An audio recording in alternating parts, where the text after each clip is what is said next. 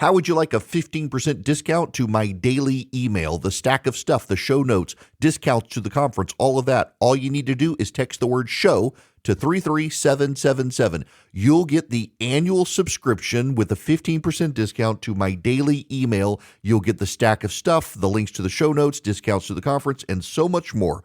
All you have to do is text the word show, SHOW, to 33777. Text show to 33777.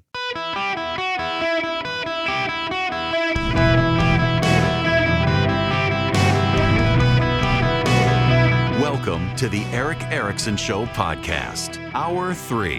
Hello, America. Welcome. It is Eric Erickson. I am delighted to have you this Friday afternoon. The phone number is 877-973-7425. Should you wish to be on the program, I want to actually begin with Peter's phone call before I move on to other stuff, because I'm about to pivot. And Peter, I want to talk about your call because this keeps coming up. So welcome to the program. Bob, I've spoken to you a couple of times, and I appreciate the honor of you entertaining my questions and stuff. So first of all, I want to say that I believe it was in June, and I failed to call in afterward, but you gave a dissertation on the origins of anti-Semitism, and it was probably the most succinct, cogent, understandable, comprehensive explanation of where that's come from and what it is. And if you ever have a best of, you need to put that segment in there. Thank you. Having said that, dovetails into what's happening in the Middle East. Why are so many people focused on so small a nation? What is it? And really, the follow-up was I asked you a couple months ago, whatever happened to the UN investigation about people that were supporting Hamas and funneling money and all this, clearly, and manifest in the people. Netanyahu spoke at the UN, and there are all kinds of empty seats. Is that not racist? All these people, is that not proof of what's happening? I mean, it's ridiculous. I don't understand why we're still supporting the UN. Look, I agree with you on the UN, and I absolutely think we should be pulled out of it. It is an organization overrun with dictators and terrorists. There's no reason for us to be with the United Nations. It makes no sense to me for us to proceed down a path towards embrace of the United Nations. I just don't think it's a useful organization anymore. We are much better having multilateral agreements with countries that do not involve the United Nations, and we should head in that direction. By the way, let me finish this point, and then I got to go back to the North Carolina point because poor old Karen, I told her I'd continue to talk about her point, and then I got distracted. So let me finish this. Why are they obsessed with Israel? They are obsessed with Israel because of the underlying anti-Semitism. If Israel did not exist, they would still be obsessed in some capacity with anti-Semitism. They would find a way in some way to still hate the Jews. But Israel provides a concentrated pool of Jews in one area to magnify their anti-Semitism. And the anti-Semitism is all right, I got to go on the theological tangent here very briefly. Jesus told his disciples, the things of the world will hate you because the things of the world hate the things of God. I believe as a Christian that the church replaced Israel as God's people. The church replaced Israel as God's people. Now, back up theologically. Do you know why when Moses would come off the mountain at Sinai, they would cover his face because his face glowed. his face reflected the radiance of God. But if you read the Bible, what you find is that the reason they covered his face with a veil was not because the people were freaked out by his face radiating the glow of God. They were freaked out that the glow would fade away. Their concern was not Moses' face glowing unnaturally. Their concern was that the unnatural glowing of his face went away. And that drove them to terror, that the glory of God was gone. It would lead them to panic. So they would cover Moses' face while it was shining, so that when he took off the veil and his face wasn't shining, no one thought anything about it. Oh, there's Moses again. This is my own personal theory. It is my own personal theory. Save me your theological dissertations on why I'm wrong and all that. This is my own personal theory. The things of the world hate the things of God. That's what the New Testament says. The church has become the people of God, replacing Israel, but Israel was set apart by God in the Old Testament, reflecting God's glory, and people can still sense that reflection of God in Israel. Therefore, the things of the world hate the things of God. They hate the things that reflect the glory of God. Therefore, they still hate Israel because it still reflects that in the Bible of being God's people at one time replaced thereafter by the church after the resurrection of Christ. That's my personal theory. We can move on from there. That's why I think anti-Semitism is such a thing. It reflects God, and the things of the world hate the things of God. Now back to Karen's question earlier. North Carolina. I was asked this one. In fact, let me read the email because a buddy of mine actually emailed me this, and I replied back. Where is my email to him? Yes. Yeah. All right. Here is my response on the question of how is the hurricane going to impact voting in Georgia and North Carolina. I think Georgia goes to Trump. The North Carolina situation's awful, but East Georgia was hit horribly with a constantly increasing death toll. But the state-level response in Georgia has been tremendous, and we're not going to see polling locations affected. Side note, tangent. John King, the state insurance commissioner, been out there working hard with FEMA and local governments and the insurance agencies. Governor Kemp has been out there. He's over in Evans with Donald Trump today. First time they've been out there together. You're not seeing a bunch of people out there praising Ron DeSantis in Florida or Brian Kemp in Georgia or John King in Georgia because they just got their job done. They did their job. It has been competent. You don't have to give them head pats for doing competent, but you should be aware of the fact that we are mindful of the disaster and the fallout of North Carolina and the incompetence of FEMA because of the incompetence. The fact of the matter is, Governor Kemp in Georgia is not getting the spotlight. He's not Ron DeSantis, not a former presidential candidate. Governor Kemp in Georgia, his entire staff, the Georgia Emergency Management Agency, the insurance commissioner's office, everybody sprang in action very quickly with local governments coordinating with national government. It's not the fallout because of incompetence. It's actually competence magnified. Therefore, no one's paying attention to it. That's actually what you want. Like with DeSantis in Florida, you want boring competence that no one has to pay attention to so that the government can stay in its own lane. And that's what we've gotten in Georgia. So kudos to Brian Kemp for us not having to think about him because he's so competent. North Carolina might hurt Trump. Back to my email. Just because 200,000 of his votes came from Western North Carolina, and he only won the state by 77,000. And add in the hurricane issues, add in the Mark Robinson scandal, add in Trump doing better with low propensity voters who are going to be distracted, and that could be persuasive and throw the state towards Harris. At the same time, in the suburban areas of Charlotte, Raleigh, and even Asheville, swing voters tend to react viscerally against Democrats over government incompetence, which is what we're seeing on the ground. My thinking is that if voters perceive Democrats are dragging their feet for political gain, it's going to fire up Trump supporters to go vote, and by any means necessary, and it could shift suburban voters in his direction. With a month to go, local government will be working to get polling locations back up and running, and they're going to have time to do so. The ground game for both candidates is going to suck, but the reality is that there hasn't been a Trump ground game in Georgia before the storm. There's surely not going to be a Trump ground game after the storm. That could provide problems for Donald Trump, but overall, I still think he probably wins the state of North Carolina. He's going to win Georgia, North Carolina, and Arizona. He's going to lose Nevada, it looks like. They thought they could win it.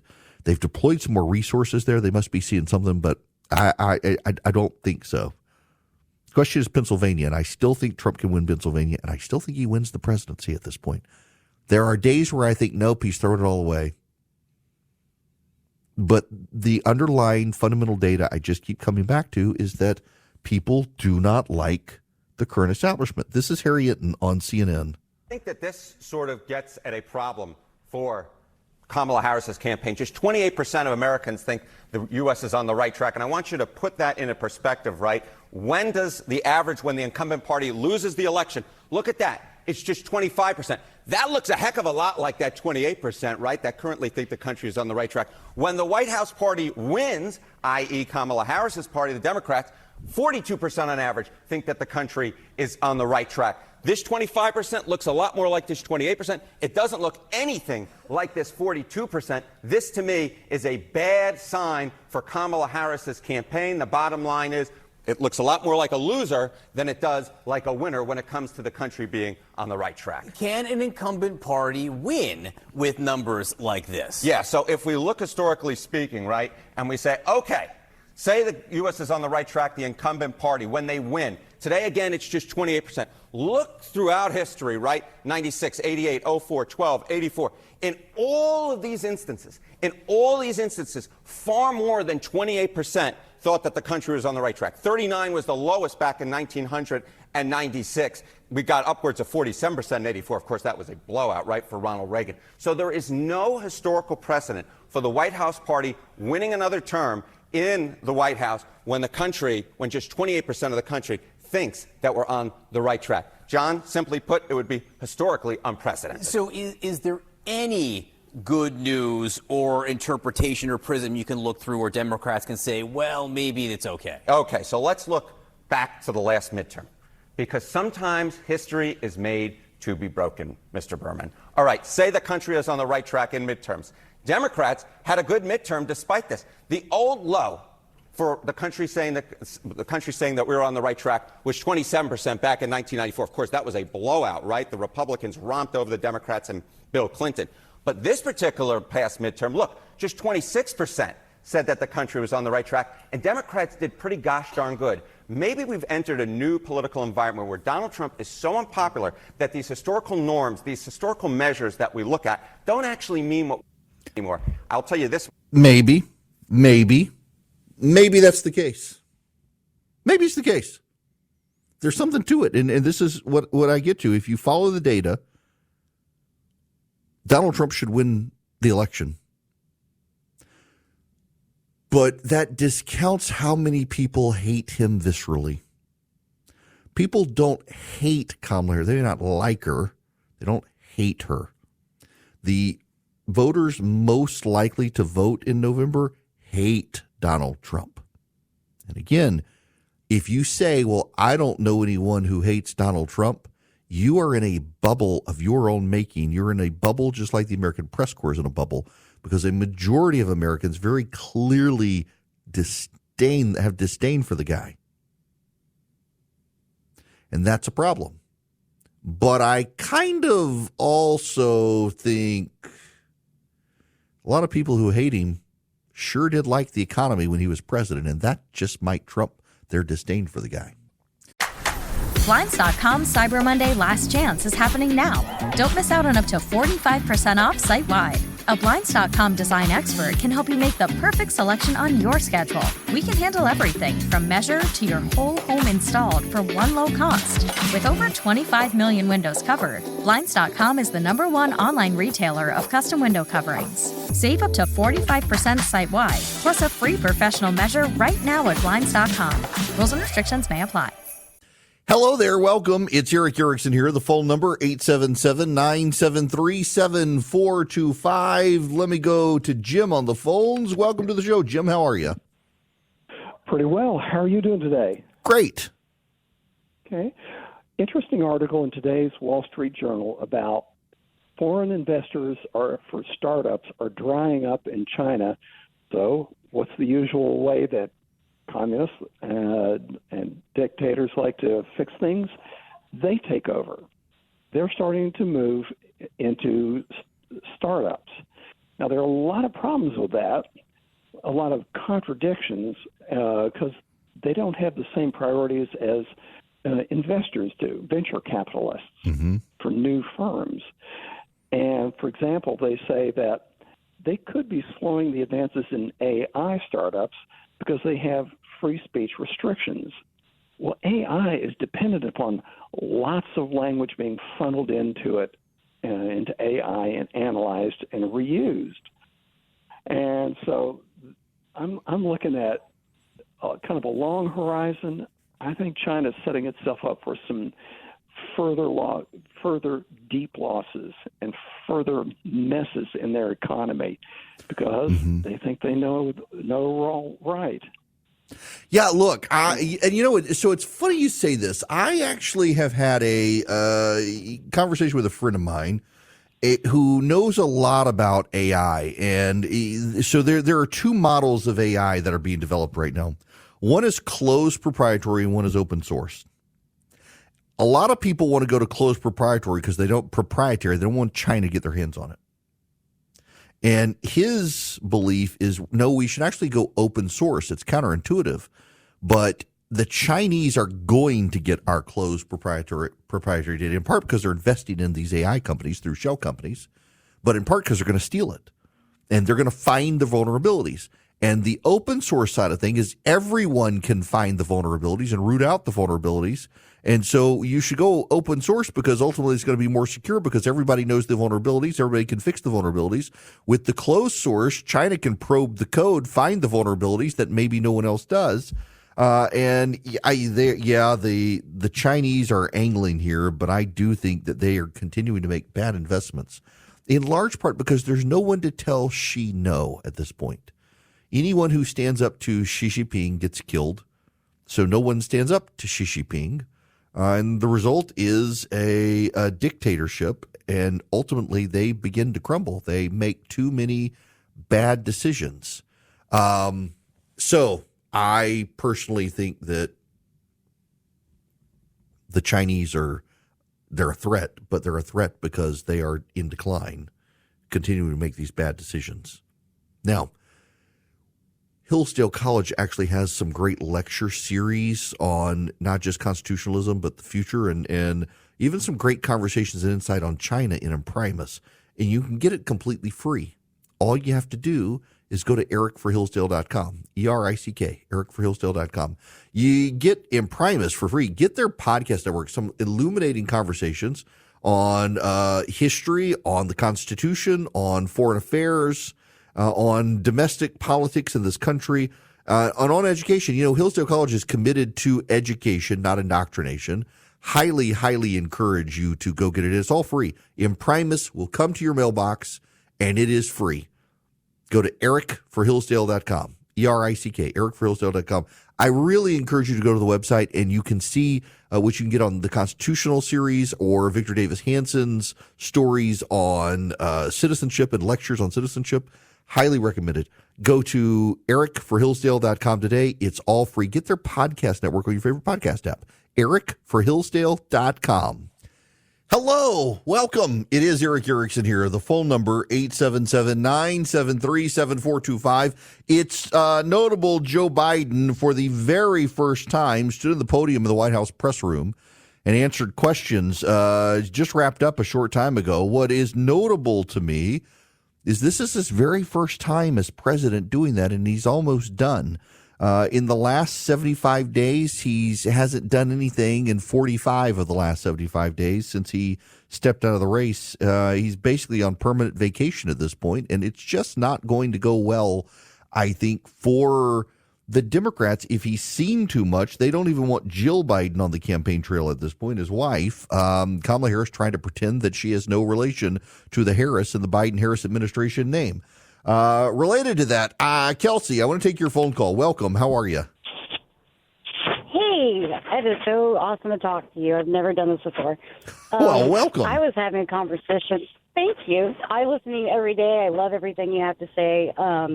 You have a very independent mind, which aligns with me a lot. But I was having a conversation with my sister this morning. We're both business owners. She lives down in Vero Beach, and I live in Jacksonville. And we were talking and just chit-chatting today. And ever since Kamala was becoming the nominee, she is disgusted. Absolutely disgusted. She doesn't care for Trump because of some of the personal things, the locker room thing and stuff like that. But she did like his economy. And as an entrepreneur, a new entrepreneur for her, she's just baffled. And she has taken like a whole 180 as far as her perspective on her beliefs politically. And she's just gotten a bad taste in her mouth for the Democrats and what they have done and how they've hurt our country. And it was just so surprising to me to the point of she said, I would rather pencil in Nikki Haley than vote for Kamala Harris. Okay, so I'm glad you say this. Go ahead. I think a lot of these kids, they're a younger generation. I've always been kind of an older soul, and I've always been a little older mentally than a lot of people around me. So I watch these people around me just shake my head and go, man, I hope you see the light someday. But she's only 2 years younger than I am, and she's starting to see these things. Mm-hmm. And I really think that just because it's such a dramatic change for her, that might be a shift we're seeing, because I think people do have a bad taste in their mouth over this stuff. I think they are starting to see the truth. Well, and so Kelsey, I appreciate you listening and taking the time to call in. And to your point about your sister, I kind of think that's the thing, because it shows up in the data. Now, listen, the data absolutely can be wrong. A lot of it is public opinion polling based. And public opinion polling, we know the polling averages are pretty good, but the actual polling data, underlying polling data individually, not. But you compile them together, you take the averages, and it kind of weeds out the bad. The very best and the very worst are kind of weeded out. And that's why the averages can be a fairly good indicator of what's going on here. And when you do that, you still see the same thing. And that is this. People don't like Donald Trump at all. For those of you who do, some of you get very defensive. But the data, the underlying data of this election, doesn't matter which pollster you ask. Even the Republican pollsters find this. And when you take the averages, it works out pretty good. People, majority of Americans, don't like Donald Trump. And hate is not too strong a word there. They think he's unstable. They think he's impulsive. They think that their stress level goes up thinking about him being in charge, et cetera, et cetera, et cetera, et cetera. And at the same time, they really don't like Kamala Harris. They don't like the way she got the nomination by shoving Joe Biden aside. They don't like the Biden-Harris economy. They think Kamala Harris has played a role. They don't like that she's been there 3.5 years and she's now telling them what she's going to do her first day in office because she's been there for 3.5 years. And I think there are a lot of people who say, look, I hate Donald Trump, but I liked the economy under Donald Trump. And I can turn off the TV when he comes on and still reap the benefits of his economy. And that's why I think when you look at the underlying data, who's going to fix the economy? Republicans lead. Who's going to fix immigration? Republicans lead. Government should do less. 55% of Americans say government should do less. All of these data points favor Donald Trump. And then there's this Rui Tierra. Rui Tierra is the pollster and strategist that Democrats pay attention to a lot. He writes a Substack called The Liberal Patriot. Let me read you some of this. Democrats are steadily losing ground with Hispanic voters. The seriousness of this problem tends to be understated in Democratic circles for several reasons. They don't realize how big the shift is. They don't realize how thoroughly it undermines the most influential Democratic theory of the case for building their coalition, and they believe that any Hispanic flirtation with the GOP is temporary. They'll come back home.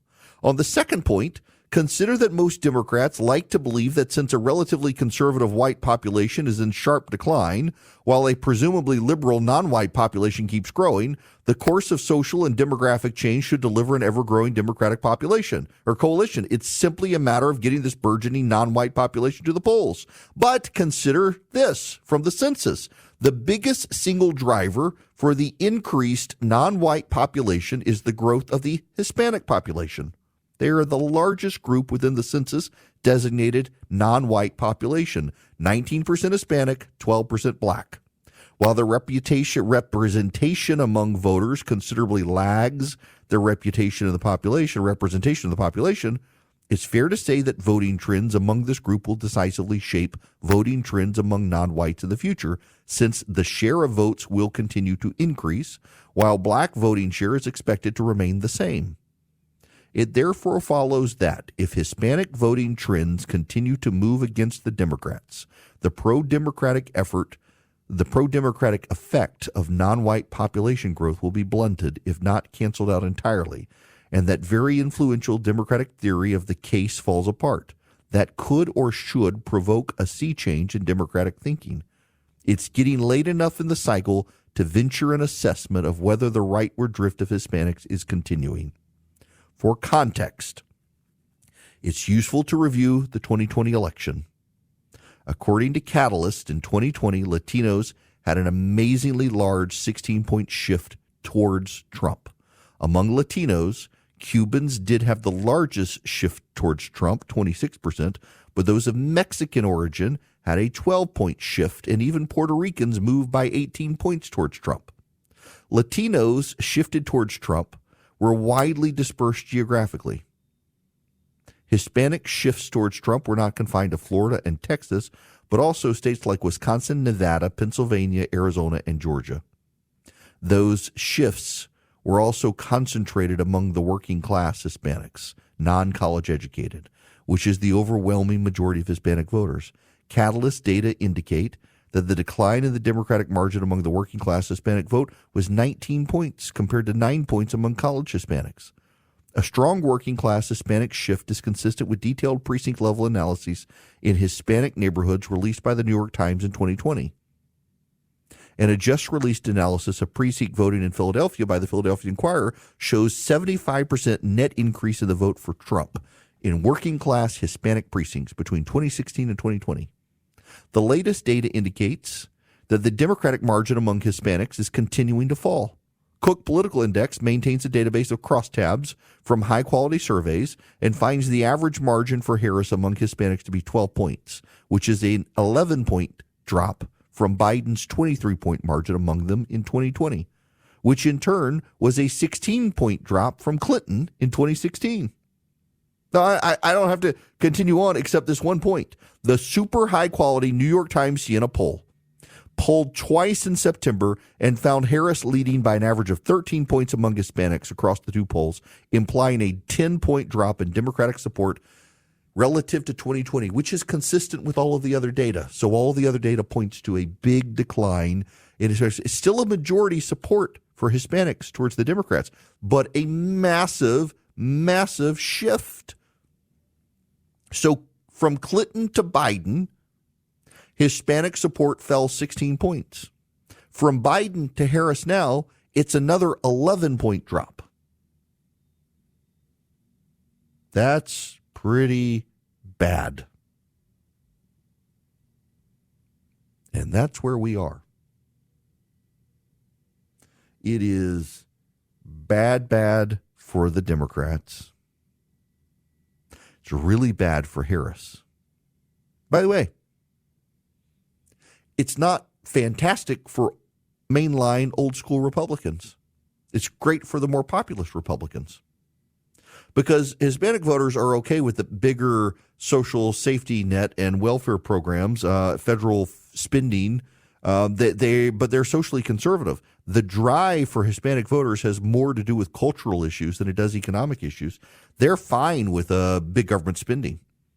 They just really don't like progressivism, cultural progressivism. They don't like the trans rights stuff. They don't like the porn in elementary school stuff. They don't like the discussions of sexuality with their kids. They like homeschooling, all these sorts of things.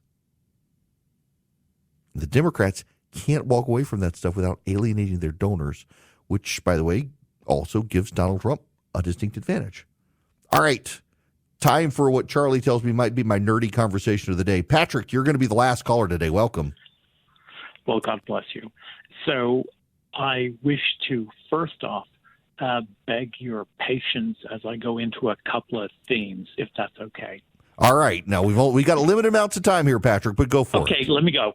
So I started doing AI stuff back in the 1980s when I was in the U.S. Air Force, doing algorithms based on something called operations research that was used to schedule bombings over Iraq during Desert Shield, Desert Storm. Later on, I got into something called forward and backwards chaining expert systems.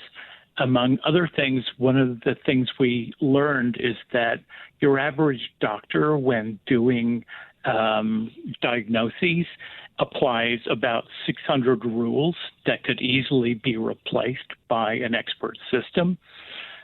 Later on, I got into what's called big data, which for any mathematician is basically least squares in n dimensions. I'm sorry, that's geeky. And that's all right. And more recently, we have large language models that are currently seen as AI. In fact, AI is a spectrum of technologies, and large language models is the new big thing. The thing about large language models is they're only as useful as the sources of data that are fed to them.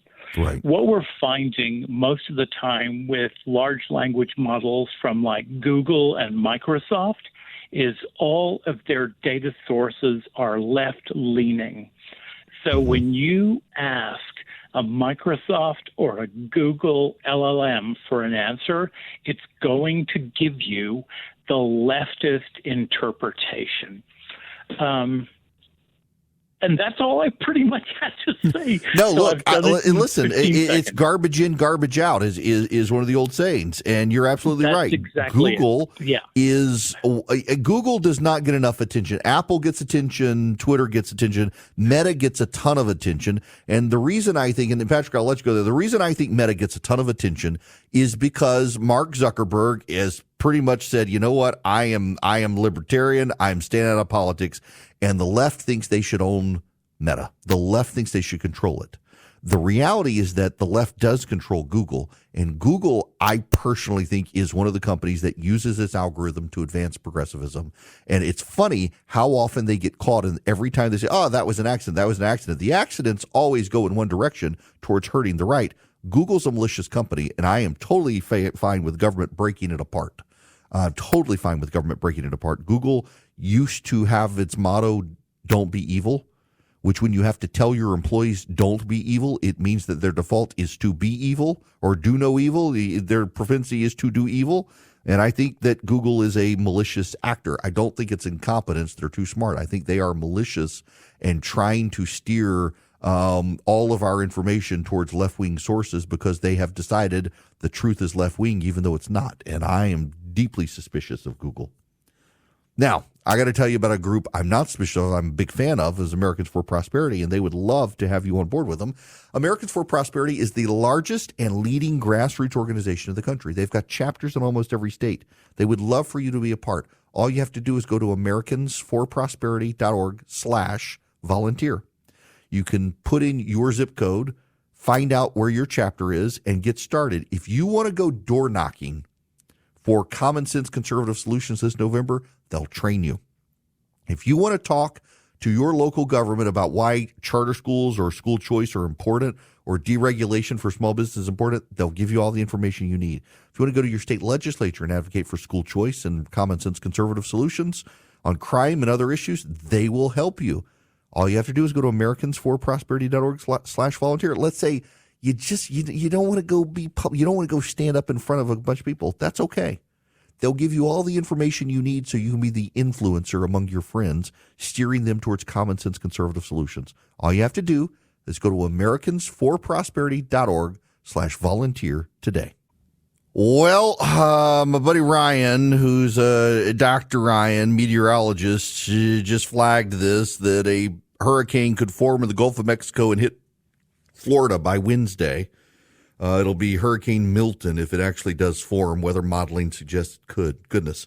We had a number of people call the program. I'm doing an event. If you listen on the live stream, you hear Tom Gray's This Stuff Matters. We don't charge. We, during the live stream, take the audio that he puts on radio stations around the country, and we allow him to run it during our live stream breaks. And I very much support This Stuff Matters. It is a great ministry, and I'm doing an event with them, Loving Your Neighbor in the Isolated Age.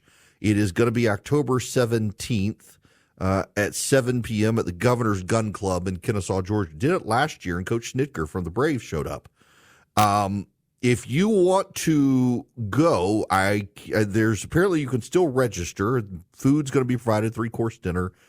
You go to thisstuffmatters.net, thisstuffmatters.net. Now, interestingly enough, so the event wraps up by 9 o'clock, and I have got to be on the road. I can't hang out. Last year, I hung out for about an hour and a half. They threw us out. I was talking to people. I have been invited by the governor of Texas to broadcast from the Texas governor's mansion on October 18th before the Georgia-Texas football game. So I'm going to leave the event at 9 p.m., head to the airport, take the last flight out to Austin, Texas, so I can be there in the morning, set up my studio at the governor's mansion, and I'll have Governor Abbott and hopefully Governor Kemp on the show as well on October 18th, and then go to a tailgate for the football game that night. And I can't stay the next day for the football game. I've got to be home, but so I'm going to at least go to the tailgate that night, which will be a lot of fun. So it will be a crazy whirlwind several days. But it should be fun. It's the end of my anniversary week. I'll start that week. I'm actually going to take off the 14th because that's my anniversary, 24th anniversary. In the meantime, y'all say a prayer. I got to go home and talk to my wife. We apparently, well, she was too emotional to talk about it before the show started. Something, our dog has a lump on its neck, and it does not sound good. And I'm not looking forward to the conversation I'm about to have with my wife about our dog. Poor Maggie. We could all use your prayers as we navigate something that many of you have gone through and we never have. So I will talk to you all on Monday. Have a great weekend.